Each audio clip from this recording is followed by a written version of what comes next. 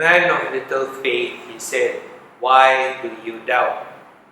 Dear brothers and sisters, I would believe that we as a people of God do have faith, just that most of the time we like to display either little or no faith.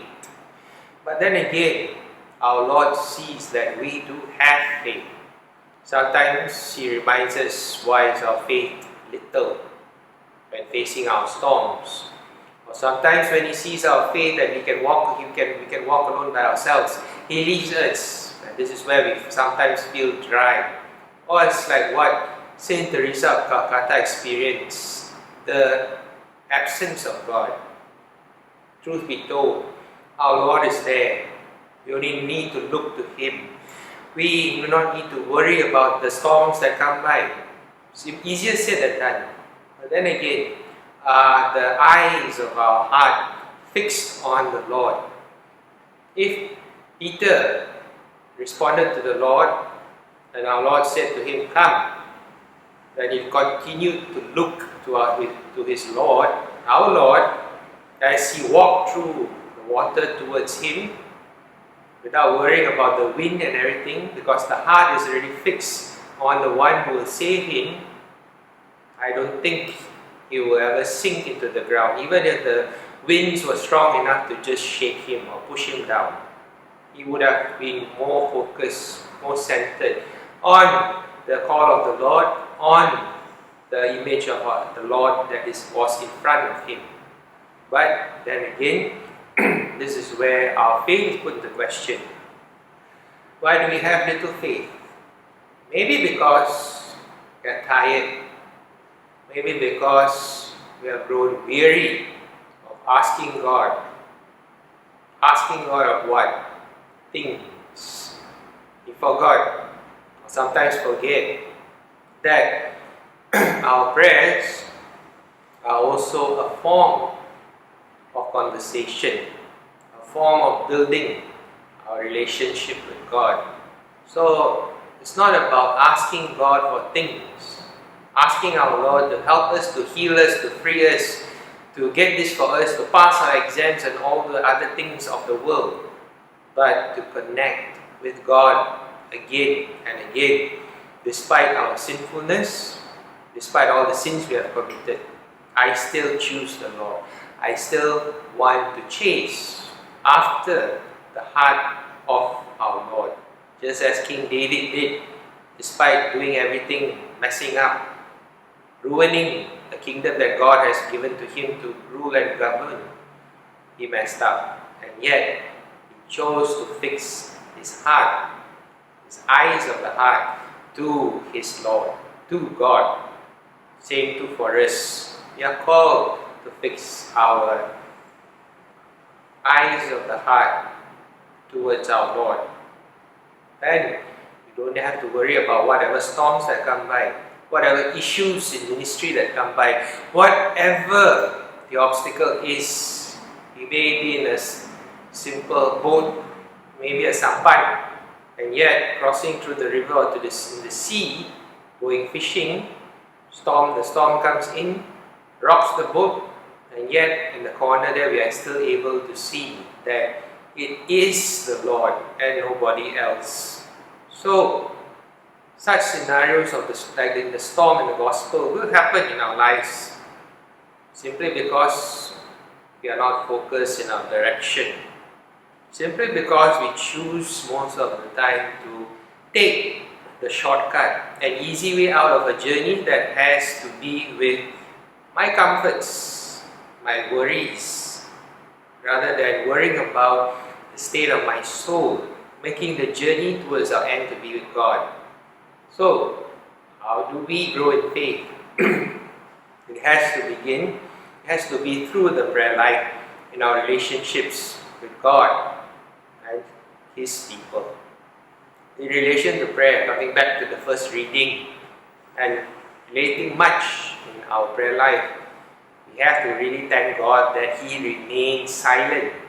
Because I believe if God starts speaking to us, either we'll be labeled crazy as what those holy saints experienced when they claim to have heard God talking to them, our Lord talking to them, to stand for some justice, stand for some right, stand up for human dignity. Just some things throughout the history of the church, issues that our Lord had to come into the picture through His saints. If God opened His mouth to us today and answers each and every one of us, speaks to us one-on-one, we will really be in deep trouble. Some people think that being silent is a form of, again, depression, neutral, taking sides, or even protest, or even perhaps truths, refusing to stand up for truths or even half-truths. But not when we are in solitude.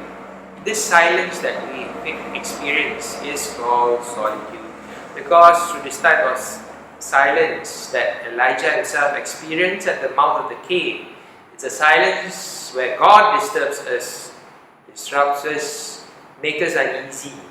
Not because He wants to possess us. God does not possess us. Even if we open our doors, He does not, because He has given us the freedom to choose. But of course, if we choose wrongly, we know that Satan takes over. So, when God disturbs us, we can begin to transform. We can begin healing. We can begin where we left off in our journey. Maybe taking a side step, but coming back to that side step, which is only maybe a feet away, and continuing on the right path. Now, again, prayer is a slow process.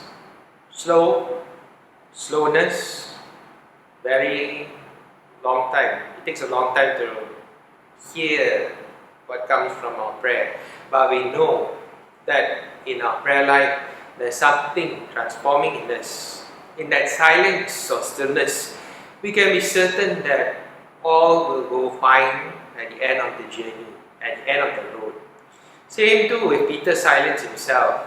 As I mentioned earlier, kept his eyes of the heart towards our Lord. He would not have to worry about sinking down to the water. Because again, despite what happens, God will come to our rescue. In fact, maybe Jesus would have come to him at that part of the storm and pulled him out of the storm without him even calling, because again, Peter already know who his Lord is. The same thing too for us. When we know who our Lord is, we do not need to worry about facing that same storm. Like chaos in everything and anything, our prayer begins from the heart. Surrender and allowing God to take care of the rest. Because it's either God or nothing. And let God be in charge. God's silence in this world will not last forever, and still, this power of silence is necessary to discover our own intimacy with God and His connection with us. It is not about finding answers, solutions, or even a remedy to the questions we ask God, either through noise, our prayers, said prayers, prayers from the heart, or even in the silence, the quiet contemplative heart.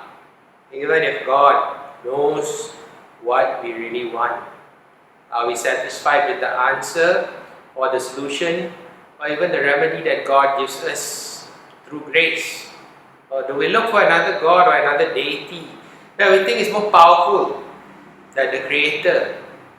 Those deities, those idols, were created by men. And who created men if it's not God Himself? It is either, dear brothers and sisters, God or nothing in our lives. So noises disturb. Silence disturbs harder. Despite all the chaos, despite all the fears, the anxieties, the struggles, the doubts, the sinning, when we ask Jesus, Lord, let me come to you, His answer will always be that simple answer.